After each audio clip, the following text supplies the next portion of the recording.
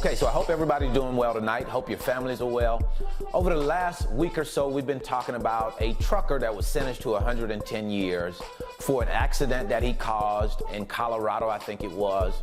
And it caused the loss of life of 4 people, injured a number of other people. Our hearts and condolences go out to their families. But this guy was given 110 years. A lot of us thought that was an excessive sentence.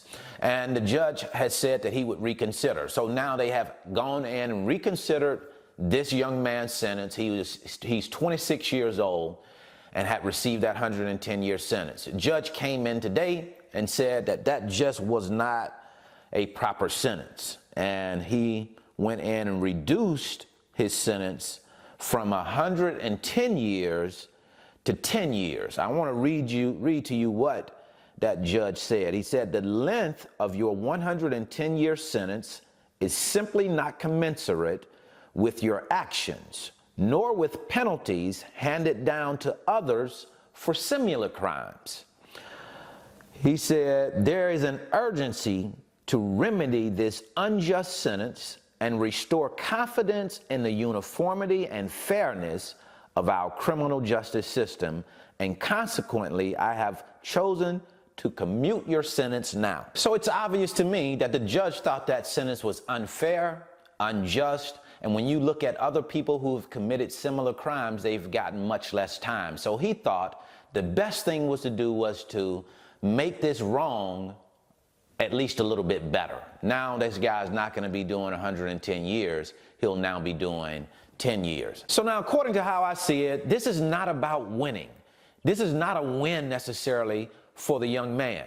The young man who was the person that caused the accident, who received the 110-year sentence. Now that this sentence has been reduced from 110 years to 10 years, I don't necessarily see that as a win for him.